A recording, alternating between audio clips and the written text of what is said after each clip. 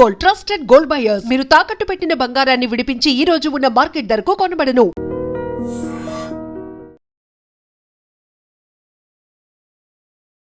నమస్తే, నేను Kavitha. Welcome to I dream news and నిజాలు. దేశవ్యాప్తంగా సంచలనం కలిగించినటువంటి ఢిల్లీ లిక్కర్ పాలసీ కేసులో అందరికీ క్లీన్ చిట్ ఇచ్చింది రౌస్ ఎవెన్యూ కోర్ట్. 23 మంది, అందులో మెజారిటీ జైళ్లలో మగ్గి వచ్చిన వాళ్లే. అందులోనూ పర్టికులర్గా ఢిల్లీకి సంబంధించి CM Kejriwal, deputy CM Manish Sisodia వాళ్ళు జైల్లో ఉండొచ్చారు. తెలంగాణకి సంబంధించి తెలంగాణ జాగృతి అధ్యక్షురాలు కవిత కూడా జైలుకు వెళ్ళొచ్చారు. ఇప్పుడు మాత్రం అందరికీ క్లీన్ చిట్ ఇచ్చారు. బట్ సిబిఐ, ఈడీలు కేంద్ర ప్రభుత్వం చేతిలో జేబు సంస్థలుగా మారాయి కాబట్టి రాజకీయ కుట్రపూరితంగా కేసులు పెట్టారు అనేటువంటి మాట వినిపిస్తోంది. బీజేపీ ఎందుకు కావాలని చేసింది? ఇప్పటిదాకా బీజేపీ మీదే మేం చేశాము అని చెప్పినటువంటి బీజేపీ, కేసులు మా వల్లే జరిగాయని చెప్పిన బీజేపీ ఇప్పుడు ఏం చెప్తుంది? ఏం జరుగుతోంది? మనతో పాటుగా ఉన్నారు సీనియర్ జర్నలిస్ట్ సురేష్ కొచ్చాతిరి గారు. సార్ నమస్తే. సో ఢిల్లీ లిక్కర్ పాలసీ దానికి సంబంధించి అదొక స్కామ్ జరిగింది అనే దాంతో పెద్ద ఎత్తున కుంభకోణాలు అయ్యాయి. అరవింద్ కేజ్రీవాల్ని ఎంత చెప్పినా వినలేదు. మనీష్ సిసోడియా ఆల్మోస్ట్ 1.5 years ఉన్నారు. చివరికి ఒక రకమైనటువంటి కండిషన్, ఒక క్రైసిస్ రావడానికి కూడా కారణమైంది. ఇప్పుడంతా the set free, clean chit ఇచ్చారు. అసలు ముందు నుంచి ఏం లేదు అని చెప్తున్నారు. ఇప్పుడు అదే రుజువైంది. ఎందుకు ఇంత 2 years హైడ్రామా అయింది? లేదు, ఫ్రీ అని కాదు. ఇప్పుడు వీళ్ళు హైకోర్టుకి వెళ్తున్నారు అండ్ డెఫినెట్లీ హైకోర్టు స్టే చేస్తారు దాని డౌట్ లేదు. ఎందుకంటే ట్రయల్ స్టేజ్లో ట్రయల్ కోర్టే చెప్తున్నారు, రోజ్ అవెన్యూ కోర్టులో ఏం చెప్పారంటే చాలా డాక్యుమెంట్స్ ఇచ్చారు, వాల్యూమినస్ ఛార్జ్ షీట్ అన్నారు, కానీ బట్ ఎవిడెన్స్ అండ్ విట్నెసెస్ లేవు అంటున్నారు. What is this case? మన లిక్కర్ కేసు అని ఫస్ట్ అర్థం చేసుకోవాలి. and అప్పుడే మనకు తెలిసిపోతుంది వీక్ లింక్స్ ఎక్కడ ఉందనేది. ఢిల్లీలో ఒక లిక్కర్ పాలసీ ఉండే ముందు ఆ లిక్కర్ పాలసీలో ప్రతి ఏరియాలో ఇన్ని లిక్కర్ షాపులు అని చెప్పి ఒక కౌంట్ పెట్టుకున్నారు. ఇది పాలసీ మార్చడానికి కొంతమంది అరవింద్ కేజ్రీవాల్తో, మనీష్ సిసోడియాతో కలిసి పాలసీ మార్చారు. పాలసీ మార్చినప్పుడు ఒకటి కన్నా ఎక్కువ 2-3 లిక్కర్ షాపులు ఒక ఏరియాలో అలౌ చేయడం మొదలుపెట్టారు. దాంతో కొంతమంది లిక్కర్ కార్టెల్ వాళ్ళకి బెనిఫిట్ వచ్చింది. వాళ్ళు అప్పుడున్న లెఫ్టినెంట్ గవర్నర్ దగ్గర వెళ్ళి మేము ఇట్లా మమ్మల్ని చీట్ చేశారు, మా షాప్కి ముందు మేము చాలా డబ్బులు కట్టాము, ఇప్పుడు అదే ఏరియాలో 3 షాపులు వచ్చేసినాయి, మాకు బిజినెస్ లేదన్నారు. వీళ్ళేం మొదలు పెట్టారంటే 1 bottle free with 1 bottle whisky. Whisky తీసుకుంటే 1 bottle whisky free, buy 1 get 1 ఉంటుంది. అట్లా చేశారు. ఎందుకంటే వాడిని బిజినెస్ నుంచి బయటికి తరగొట్టారు. సో ఆ షాపులు కూడా బంద్ అయిపోయినాయి. దీనికి అన్నీ కలిసి లాస్ట్లో వీళ్ళు కోర్టుకి వెళ్ళారు. కోర్టుకి వెళ్ళినప్పుడు కోర్టు ఏమన్నారంటే ఇట్స్ పాలసీ ఇల్లీగల్. ఎందుకంటే మీరు లైసెన్స్ ఇచ్చినప్పుడు 1 person in 1 area 500 meters ఏమో రూల్ ఉంది, అది ఆ రూల్ ప్రకారం ఇచ్చారు. సడన్గా మీ రూల్ ఎట్లా మార్చేస్తారు? ఇది ఎట్లయిపోయిందంటే మనం హాకీ మ్యాచ్ ఆడుతున్నాం, నడుమిట్లో రూల్ మార్చేస్తారు, ఇట్లా కాదు గేమ్ ఇట్లా ఆడాలని చెప్పి. So it is not correct. So అది ఎందుకు చేశారని చెప్పి అక్కడి నుంచి మొదలైంది. ఎవరు బెనిఫిట్? షెర్లాక్ హోమ్స్ ఎప్పుడు అంటారు, ఒక మర్డర్ సీన్కి వచ్చినప్పుడు అడుగుతారు, హూ బెనిఫిటెడ్ ఫ్రమ్ దిస్? ఈ పాలసీ మార్చడంతో ఎవరు బెనిఫిట్ వచ్చిందంటే అప్పుడు మనకు తెలిసింది కొంతమంది హైదరాబాద్ నుంచి ఒక ఆయన అండ్ కవిత వాళ్ళ కంపెనీ, వీళ్ళందరూ కలిసి ఢిల్లీలో కవిత వాళ్ళ కంపెనీకి 12-14 షాప్స్ వాళ్ళకి వస్తున్నారు అష్యూర్ చేశారు. దానికి డబ్బులు తీసుకెళ్లారు హైదరాబాద్ నుంచి. ఒక సౌత్ గ్రూప్గా ఏర్పడి. ఎస్. సో సౌత్ గ్రూప్ ఒక కార్టెల్గా వెళ్ళి అక్కడ వాళ్ళు బిడ్ చేశారు. వాళ్ళకి 18-24 ఇస్తారని చెప్పారు. అది రాలేదు, అది పెద్ద కాంట్రవర్సీ అయింది. తర్వాత ఈ డబ్బులు తీసుకెళ్ళిన ఫ్లైట్ ఇక్కడి నుంచి హైదరాబాద్ నుంచి దాన్ని చెక్ చేయలేదు, బేగంపేట ఎయిర్పోర్ట్ నుంచి ప్రైవేట్ ఎయిర్క్రాఫ్ట్లో డబ్బులు తీసుకెళ్లారని చెప్పి ఒక అలిగేషన్ వచ్చింది. ఇదే అలిగేషన్ మీకు మమతా బెనర్జీ కనెక్షన్లో కనిపిస్తుంది. రీసెంట్గా మమతా బెనర్జీ కల్కటా ప్రతీక్ సిన్హా ఆఫీస్ మీద రైడ్ చేసినప్పుడు ఇదే లిక్కర్ స్కామ్ డబ్బుల గురించి మాట్లాడుతున్నారు అక్కడ, విచ్ ఈ agreed was used in Goa. ఈ డబ్బుల్లో 70 కోట్లు గోవా ఎలక్షన్లో వాడుకున్నారు అరవింద్ కేజ్రీవాల్. ప్రూఫ్ ఎక్కడ పోయిందంటే ఈ డబ్బులు హైదరాబాద్ నుంచి తీసుకెళ్ళి ఢిల్లీలో ఎయిర్పోర్ట్లో దిగినప్పుడు కూడా ఎవరు చెక్ చేయలేదు. అది ఎవరు తప్పో తెలియదు. ఎందుకంటే ప్రైవేట్ ఎయిర్క్రాఫ్ట్ ల్యాండ్ చేసిన ఎయిర్పోర్ట్ స్ట్రిప్ నుంచి కొంచెం దూరం ఉంటుంది. అండ్ సీఎంగా లాంటి ఆఫీషియల్స్ ఉన్నప్పుడు, లేకుంటే ఈవెన్ కేటీఆర్ అయినప్పుడు ర్యాంప్ నుంచి తీసుకెళ్తారు వాళ్ళు డైరెక్ట్ కార్లోని. దాంట్లో 2-3 పెద్ద సూట్ కేసులో డబ్బులు ఎక్కిచ్చేసారు, తీసుకెళ్లారని చెప్తున్నారు. దాంట్లో కొంచెం హవాలా డబ్బులు కూడా ఉండే. బుర్జ్ ఖలీఫాలో ఒక ఫ్లాటు, అది అపార్ట్మెంట్ పెద్దది, అది తీసుకున్నారని చెప్పి అది ఇంకో ఆరోపణ. Even court has not said no, ఇవాళ ఆర్డర్ ఇంకా రాలేదు, detail order has not come out yet.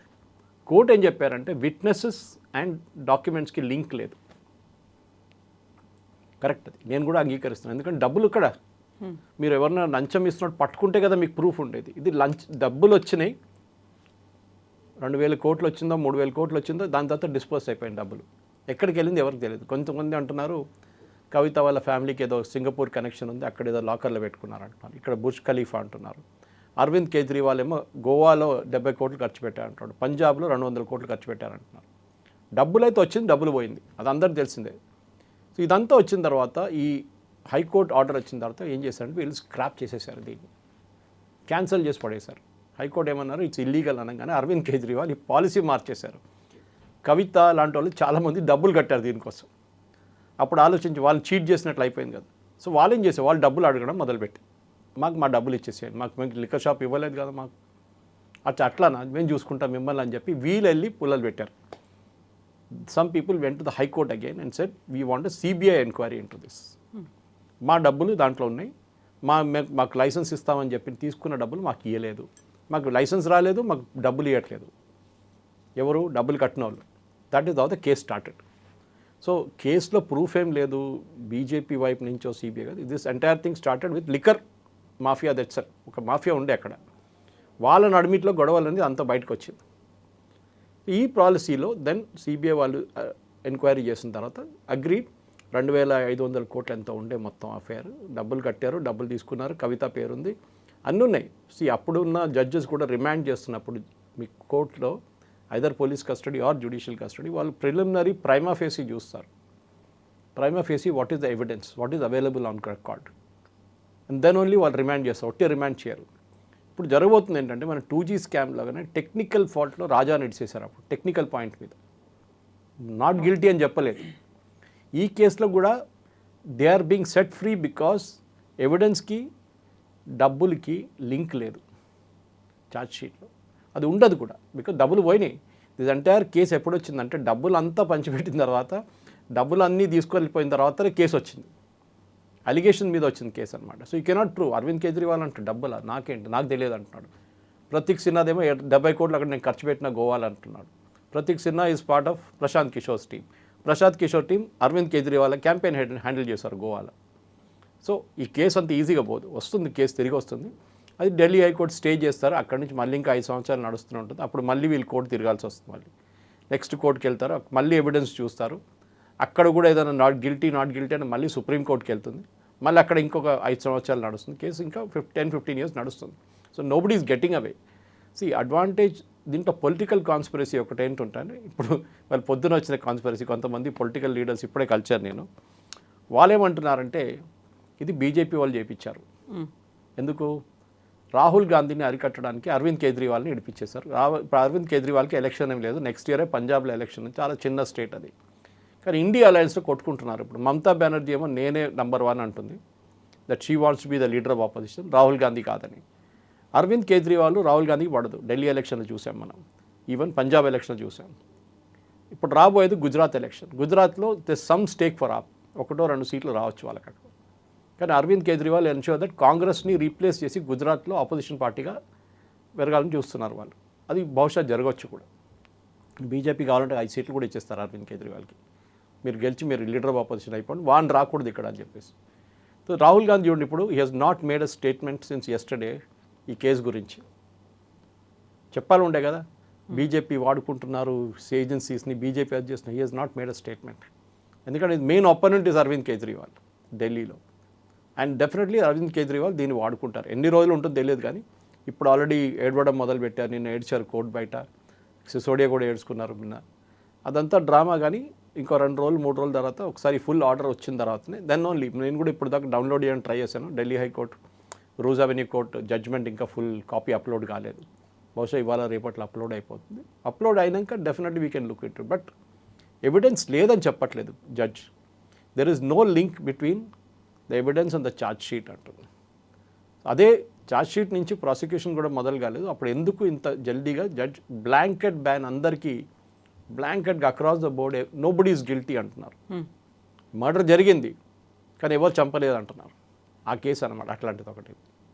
చూడాలి డెఫినెట్లీ. ఇది మీరు పాత కేసులు అన్నీ చూస్తే నెక్స్ట్ హయ్యర్ కోర్టు స్టే ఇస్తారు, మళ్ళీ వాళ్ళు గిల్టీ అంటారు, మళ్ళీ వీళ్ళ అప్పీల్కి మళ్ళీ సుప్రీంకోర్టుకి వెళ్తారు, లేకుంటే డివిజన్ బెంచ్ ముందు వెళ్తారు, మళ్ళీ అయిపోతుంది.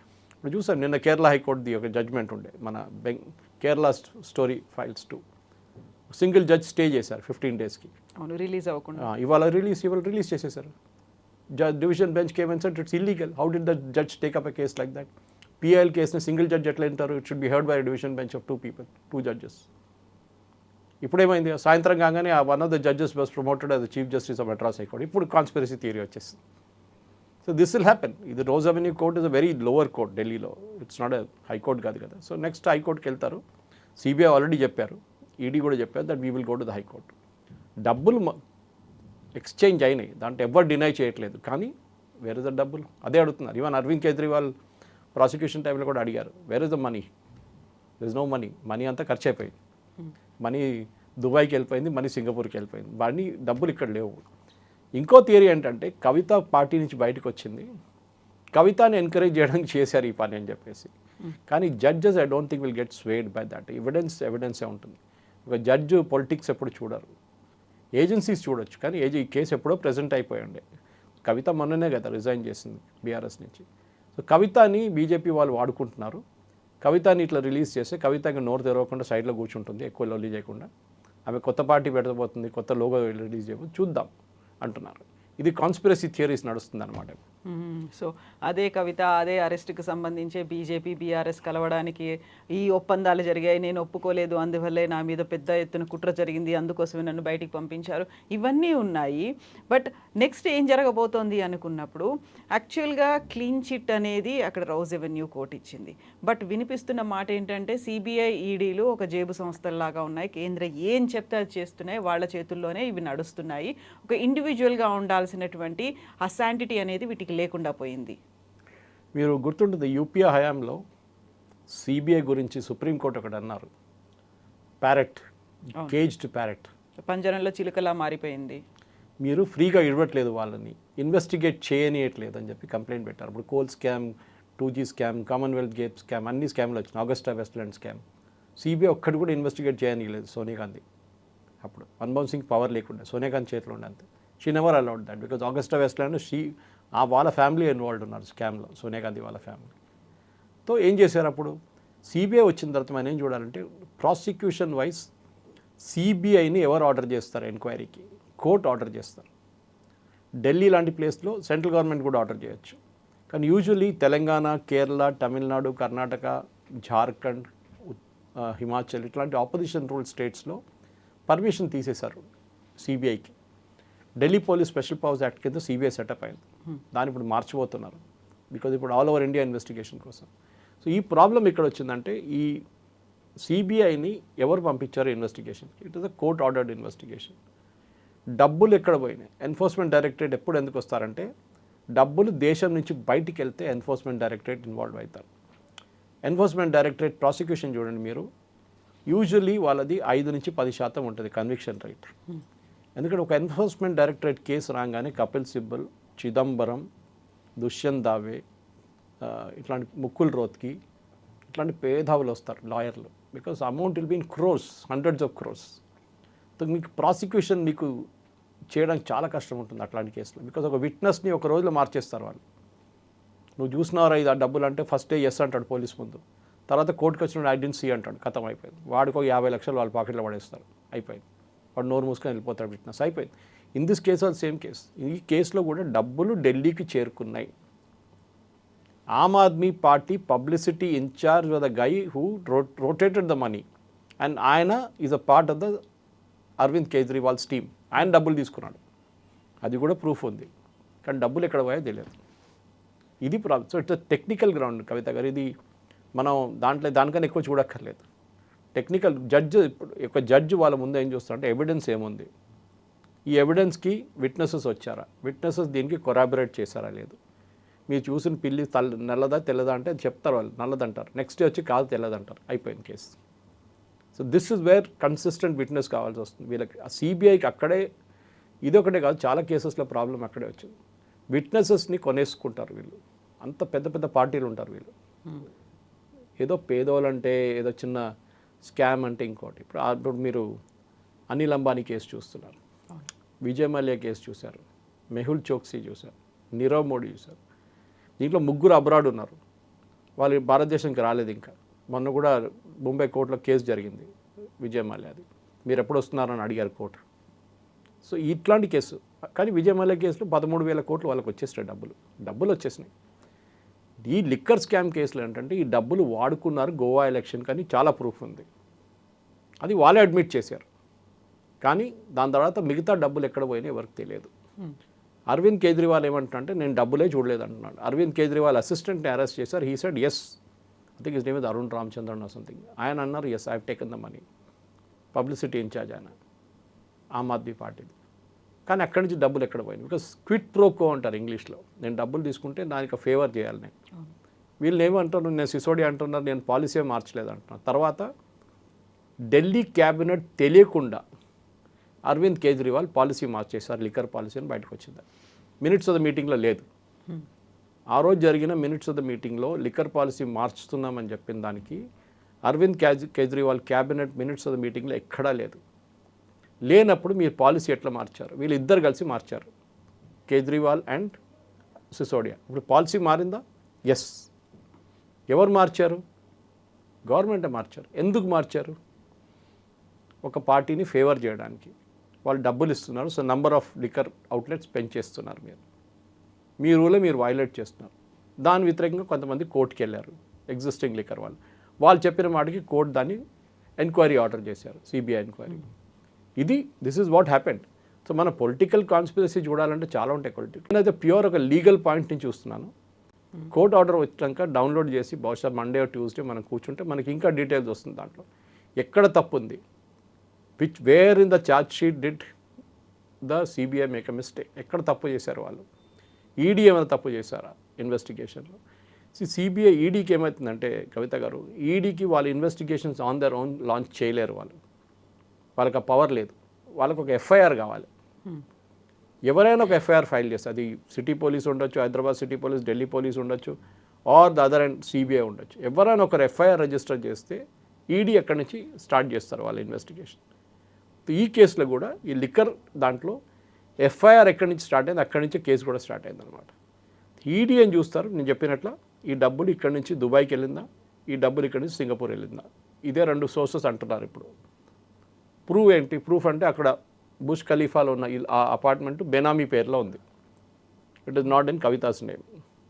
మీకు గుర్తుంటుంది, కవిత బర్త్డే రోజు అక్కడ బయటికి వెళ్ళి నిలబడి ఒక బుష్ ఖలీఫా మీద ఒక ప్రొజెక్షన్ చేశారు ఆ రోజు. It was paid for. అక్కడ డబ్బులు ఇస్తే మన ఫోటో కూడా పెట్టచ్చు, మీ ఫోటో పెట్టచ్చు, నా ఫోటో పెట్టచ్చు, అది ప్రాబ్లం లేదు. కానీ ఎంటైర్ థింగ్ ఈజ్ డబ్బులు సంపాదించారు, దాంట్లో డౌట్ లేదు. అది కాంగ్రెస్ వాళ్ళు అగ్రీ చేస్తారు, బీజేపీ వాళ్ళు కూడా అగ్రీ చేస్తారు. అది కాళేశ్వరం ఉండొచ్చు, మేడిగడ ఉండొచ్చు, మిగతా ఏ ప్రాజెక్ట్ అయినా ఉండొచ్చు. డబ్బులు అయితే విపరీతంగా సంపాదించారు వీళ్ళు. కానీ తర్వాత వీళ్ళు నడిమిట్లోనే కొట్టుకున్నారు. అదే కవిత వన్ ఆఫ్ ద రీజన్స్ కవిత ఈ పార్టీ నుంచి బయటికి వెళ్ళడం అదే రీజన్. ఎందుకంటే షేర్ ఆఫ్ ద స్పాయిల్స్ అంటారు ఇంగ్లీష్లో. ఇంత అయిపోయిన తర్వాత దొంగలే కొట్టుకున్నారు. మీ డబ్బులు ఎక్కడ, నా డబ్బులు ఎక్కడ అని చెప్పేసి. దాంట్లో చాలా మటుకు మాటలు బయటకు వచ్చేసినాయి. బట్ ఈ ఢిల్లీ లిక్కర్ పాలసీ కేసు అనేది ఒక స్కామ్ అన్న తర్వాత అందులో ఈడీ, సిబిఐ ఎంటర్ అయ్యి అరెస్టులు ఇవన్నీ చేసిన తర్వాత ఒక రకంగా బీజేపీ అది తమ ఘనత అన్నట్టుగా కొంతమంది లీడర్లు దాన్ని ప్రొజెక్ట్ చేసుకున్నారు. ఇప్పుడు చూస్తే అది బూమరాంగ్ అయిందేమో బీజేపీకి అనేది. ఇప్పుడు బీజేపీ దాన్ని ఎలా సపోర్ట్ చేసుకుంటుంది, లేకుంటే ఎలా ఆర్గ్యూ చేస్తుంది, డిఫెండ్ చేసుకుంటుందా అనేదే కదా ఇప్పుడు. కరెక్ట్, మీరు చెప్పిన మాటకి తప్పలేదు. బీజేపీ డిఫెండ్ చేయాల్సుకుని వాళ్ళ పార్టీ వాళ్ళు చేయాలి, వాళ్ళ పార్టీ వాళ్ళని పిలిపించుకొని మీరు అడగాలి. కానీ నా వైపు నుంచి నేనేం ప్రెడిక్ట్ చేస్తున్నా అంటే ఇంకా వారం లోపల ఒకసారి ఫుల్ జడ్జ్మెంట్ కాపీ బయటకు వచ్చిన తర్వాత సిబిఐ, ఈడీ ఆటోమేటిక్లీ ఢిల్లీ హైకోర్టుకి వెళ్తారు. ఢిల్లీ హైకోర్టు ఏం చేస్తారు, నోటీస్ ఇష్యూ చేసి స్టే చేస్తారు. తర్వాత నోటీస్ రిప్లై చేయమంటారు. తర్వాత కోర్టు మళ్ళీ డాక్యుమెంట్స్ అంతా పర్సూ చేసిన తర్వాత నెక్స్ట్ స్టెప్స్ ఉంటుంది. సిబిఐ ఆబ్వియస్లీ ఏం ఆర్గ్యూ చేస్తారంటే దీంట్లో పొలిటికల్ కాన్స్పిరసీ ఉండే, పాలసీ మార్చారు ఇల్లీగల్గా.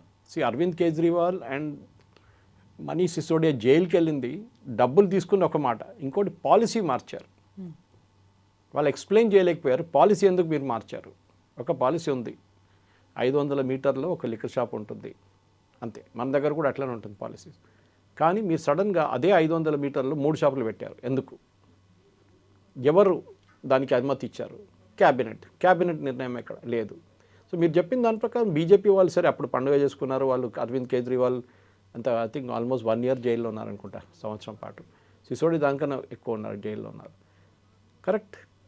కానీ ఇప్పుడు రేపు ఈ కేసు స్టే అయింది అనుకోండి, మళ్ళీ మనం అదే బ్యాక్ టు స్క్వేర్ వన్ అంటాం ఇంగ్లీష్లో.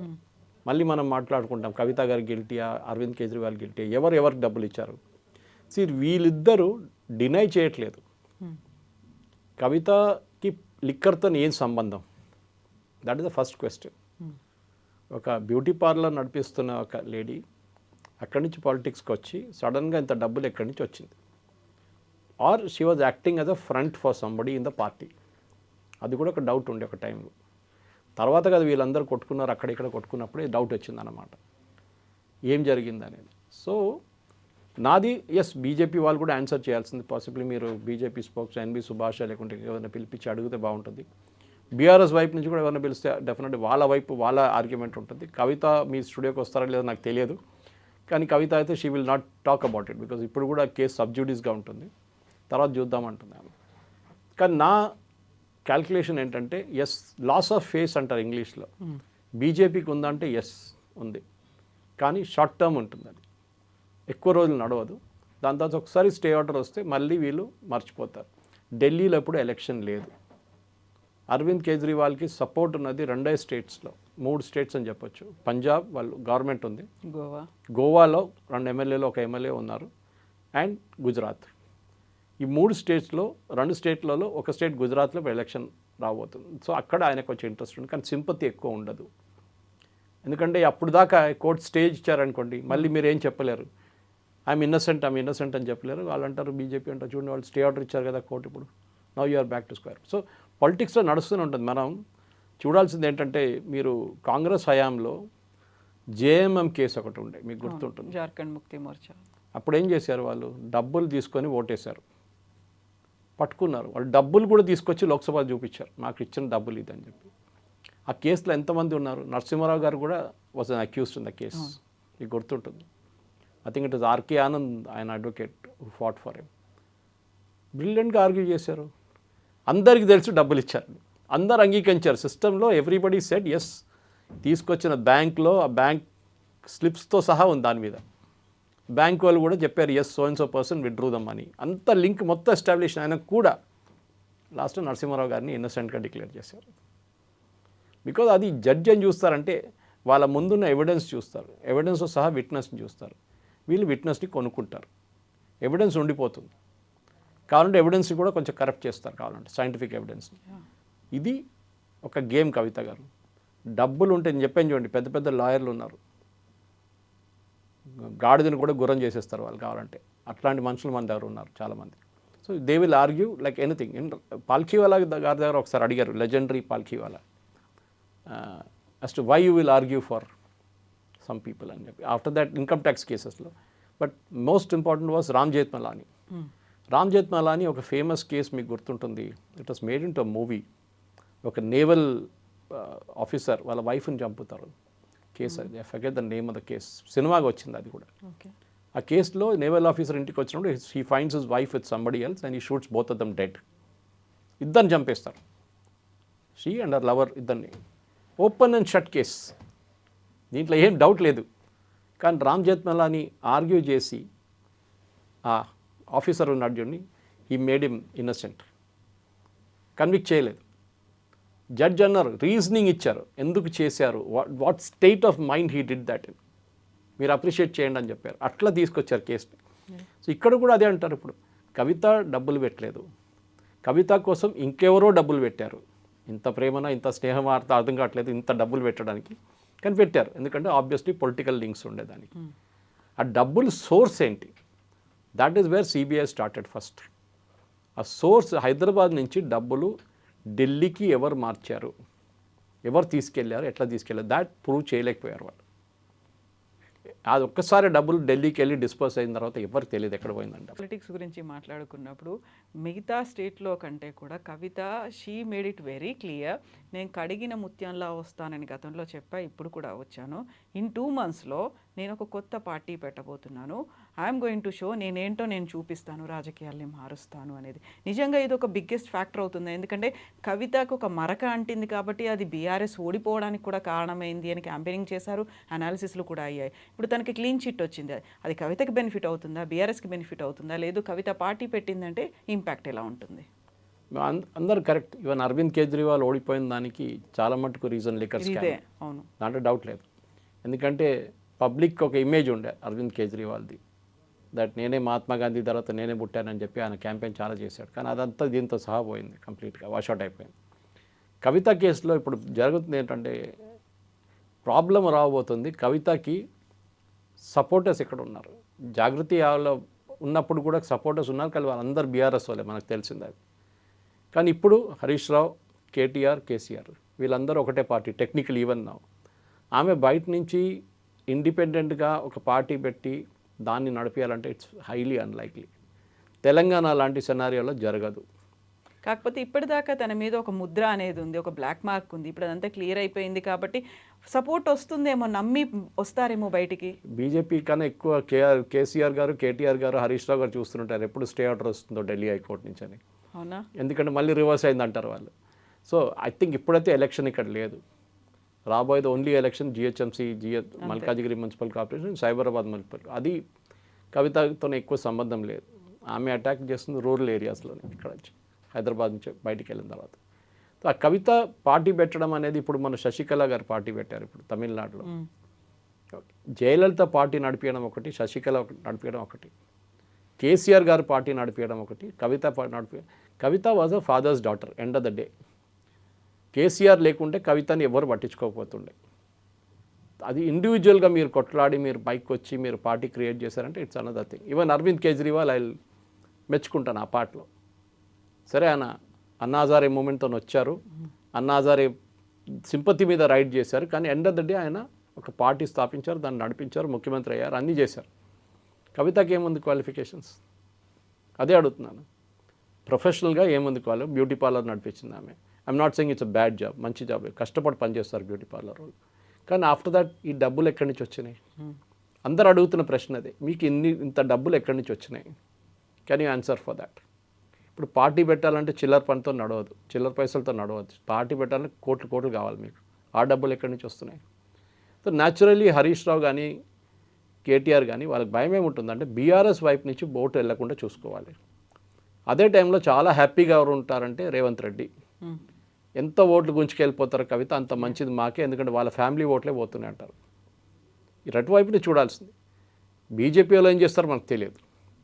కానీ ఎండ్ ఆఫ్ ద డే కవిత 3-4% ఓట్లు వస్తాయి అంతే. దాన్ని వస్తే కూడా చాలా పెద్దది, 3-4% కానీ ఎక్కువ రాదు. That will not. ఇప్పుడు మన తమిళనాడు చూస్తున్నాం, విజయ్ వాళ్ళ పార్టీ వాళ్ళకి 6%-7% వస్తుంది. కవితకు కూడా అదే ప్రాబ్లం రాబోతుంది. కేటీఆర్ కానీ హరీష్ రావు కానీ మనం ఎంత వాళ్ళు క్రిటిసైజ్ చేసినా వాళ్ళకి ఆర్గనైజింగ్ కెపాసిటీ ఉంది, లేదని చెప్పలేము. కేటీఆర్ గారు ఒక urban audience, Harish Rao rural audience, వీళ్ళిద్దరికి కెపాసిటీ ఉంది. కానీ కవితకి ఆ కెపాసిటీ ఉంటుందా?